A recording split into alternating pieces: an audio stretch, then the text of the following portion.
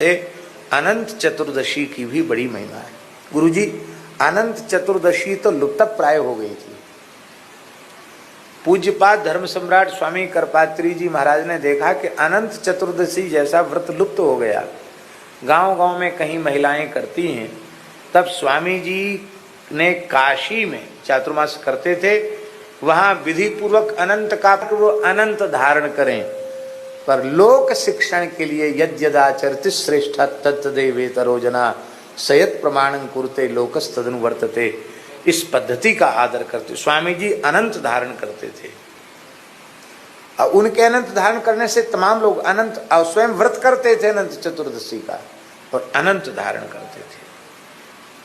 अनंत में साक्षात भगवान का ही, अनंत माने और कोई दूसरा नहीं, भगवान की ही पूजा अनंत के रूप में, भगवान वासुदेव संकर्षण इन्हीं की पूजा अनंत के रूप में की गई है। बड़ी महिमा है अनंत व्रत की। हमारा भी मन में भाव रहता है कि अनंत व्रत हम करें, करते ही हैं प्रतिवर्ष। कल अनंत चतुर्दशी है, प्रातः काल अनंत पूजा भी होगी और अनंत भगवान की पूजा होगी।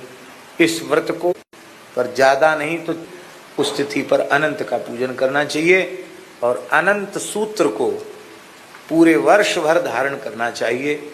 और जब दूसरी अनंत चतुर्दशी आवे तो फिर उसका विसर्जन होता है, नवीन अनंत का धारण होता है। बड़ी महिमा है उसकी। युधिष्ठिर ने, भगवान श्री कृष्ण ने अनंत चतुर्दशी का उपदेश किया है और युधिष्ठिर ने 14 वर्ष तक अनंत चतुर्दशी का व्रत किया है।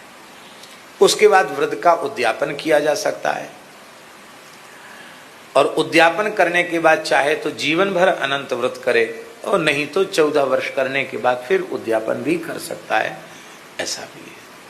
तो अनंत की महिमा है, तो अनंत व्रत है। कल अनंत चतुर्दशी है और परसों भाद्र पूर्णिमा है और भाद्र पूर्णिमा के साथ महालयारंभ है। श्राद्ध भी परसों से ही आरंभ हो जाएंगे। पूर्णिमा का श्राद्ध परसों ही होगा।